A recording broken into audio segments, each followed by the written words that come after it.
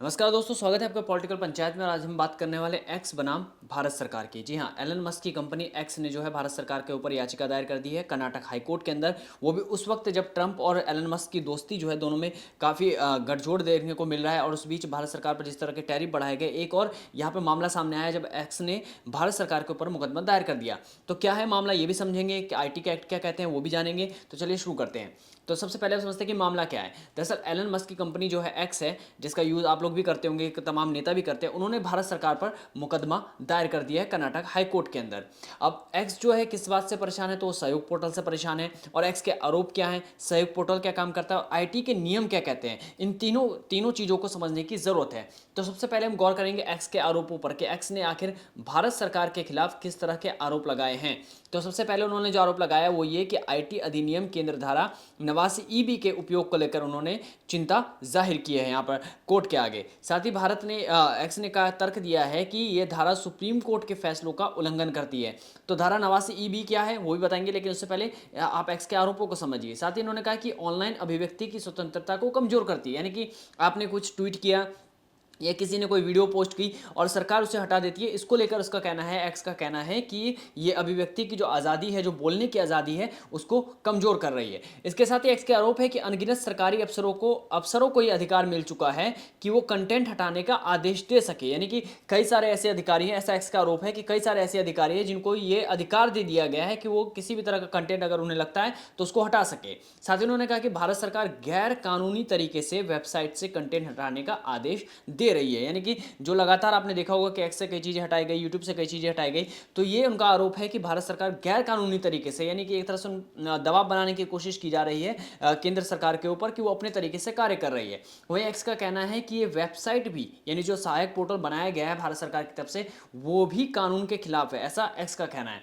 अब यहाँ पे आपको समझना होगा कि सबसे पहले इंटरनेट पर कंटेंट हटाने के कानून क्या होते हैं। तो दरअसल इसके लिए कानून बनाया गया IT एक्ट की धारा 69A, जिसके तहत केंद्र सरकार या उनके अफसरों के पास, यहाँ सबसे बड़ी बात है कि केंद्र सरकार या फिर उनके अफसरों के पास ये अधिकार होता है कि वो इंटरनेट से कंटेंट हटाने का आदेश दें।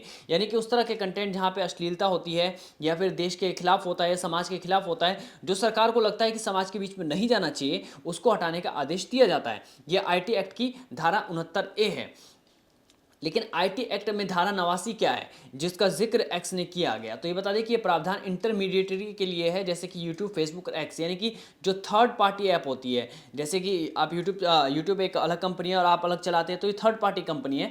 इन लोगों के लिए IT एक्ट धारा 89 का जिक्र किया गया है हमारे कानून के अंदर, और उसके तहत ये लागू होता है। कि अब इसमें क्या होता है कि इसमें सीधा कंपनी को जिम्मेदार नहीं ठहराया जाता, जबकि कंटेंट क्रिएटर को जिम्मेदार ठहराया जाता है। यानी कि जो भी केस होंगे या कुछ भी होगा, तो उसका जिम्मेदार कंटेंट क्रिएटर होगा, यानी कि जिसने पब्लिश किया वो होगा, ना कि कंपनी होगी। ये IT एक्ट धारा 89 है। अब दोनों के आप अंतर को समझिए जिसका जिक्र किया गया 89E भी और 69A का। तो सबसे पहले हम 89 का जिक्र करते हैं कि सोशल मीडिया प्लेटफॉर्म, वेबसाइट आदि की जिम्मेदारी से संबंधित है। इसका मकसद सोशल मीडिया की जवाबदेही तय करना है, यानी कि जो व्यक्ति उस प्लेटफॉर्म को चला रहा है, जो व्यक्ति उसको यूज़ कर रहा है, उसकी जिम्मेदारी होगी, ना कि कंपनी की। इसे सोशल मीडिया की जवाबदेही तय होगी कि आखिर ये क्यों डाला गया, किस पर्पज से डाला गया, ये आपको इसके बारे में जानकारी मिल सकती है। अब इसके तहत सोशल मीडिया प्लेटफॉर्म को सूचना लेने पर तुरंत एक्शन लेना होता है। हालांकि स्पष्ट नहीं है कि ब्लॉक करने का अधिकार कहां से मिलता है। ये एक ध्यान देने वाली बात है कि आप उस पर एक्शन ले सकते हैं, लेकिन ब्लॉक कैसे किया गया इस बारे में अभी जानकारी नहीं है। इसमें गैर कानूनी कृत्य को हटाने की बात है, लेकिन ये व्यापक और स्पष्ट है। जो सबसे बड़े, जो अभी जिस कानून की बात की जा रही है उसमें यही बात है कि इसमें गैर कानूनी कृत्य को हटाने की बात तो कही गई है, लेकिन ये व्यापक अभी पूरी जानकारी इसके अंदर भी नहीं है। तो हो सकता है आने वाले चेंज में संसद में इसके बारे में बदलाव किए जा सके, इस एक्ट में और भी चीज़ें जोड़ी जा सके। अब सेक्शन 69A को समझते हैं। तो 69A ये है कि सरकार को ऑनलाइन कंटेंट को ब्लॉक करने का अधिकार देती है, वो राष्ट्रीय सुरक्षा, सार्वजनिक व्यवस्था, विदेशी संबंधी जैसे वजहों से जरूरी हो। इसके जरिए कंटेंट को हटाने में वक्त लगता है। कंटेंट को हटाने से पहले सुनवाई और समीक्षा का प्रावधान है। ये सेक्शन 69A कहता है कि जब भी कोई कंटेंट आता है जो राष्ट्रीय सुरक्षा से हो, सार्वजनिक व्यवस्था से जुड़े हो, विदेशी संबंधी मामलों से हो, उसको हटाया जा सके, लेकिन उससे पहले उसकी सुनवाई हो, उसकी समीक्षा का प्रावधान सेक्शन 69A प्रदान करता है। साथ ही कंटेंट हटाने को लेकर इसमें 6 वजह दी गई है। सबसे पहला, देश की संप्रभुता, अखंडता अर्थव्यवस्था, रक्षा, सुरक्षा, विदेशी संबंध और सार्वजनिक व्यवस्था। यानी अगर इन 6 वजहों पे आपका कंटेंट खरा नहीं उतरता तो उस कंटेंट को हटाया जा सकता है। लेकिन यहाँ पे सबसे बड़ी बात है कि इसकी सुनवाई और समीक्षा होने का प्रावधान है, लेकिन 89 ईबी में ऐसा नहीं हो पा रहा है, ऐसा एक्स का कहना है। और इसी बात को लेकर अभी कर्नाटक हाईकोर्ट में याचिका दायर की गई है। अब यहाँ पे बात समझने वाली बात है कि जिन अधिकारियों की बात की गई है वो कहाँ से आ रहा है, तो वो सहयोग पोर्टल क्या है। तो दरअसल सहयोग पोर्टल सरकारी एजेंसी और सोशल मीडिया प्लेटफॉर्म्स के बीच सहयोग बढ़ाने की एक पहल थी कि जहाँ हम एक्स यूज़ कर रहे हैं, चाहे यूट्यूब यूज़ कर रहे हैं, चाहे फेसबुक यूज़ कर रहे हैं, इन सब के बीच में और सरकार की जो एजेंसियां काम कर रही है उन लोगों के बीच में एक जो मिलाप हो सके, दोनों मिलकर काम कर सके और देश की अखंडता पर बात ना है, देश की एकता पर बात ना है, उसके लिए इन दोनों को मिलकर काम करना था। इसके बीच में कड़ी थी सहायक पोर्टल और इसे एक सुरक्षित साइबर स्पेस बनाने के लिए काम किया जा रहा था ताकि